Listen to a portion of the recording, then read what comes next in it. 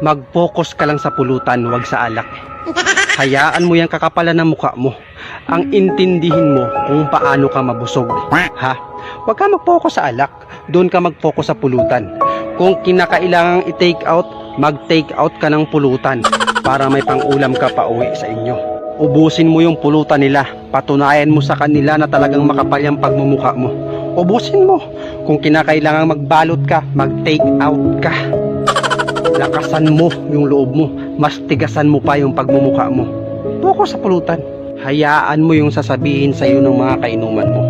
At least, nakisama ka sa kanila. Isipin mo na lang, wala ka nang ambag tapos nabusog ka pa, nakainom ka ba?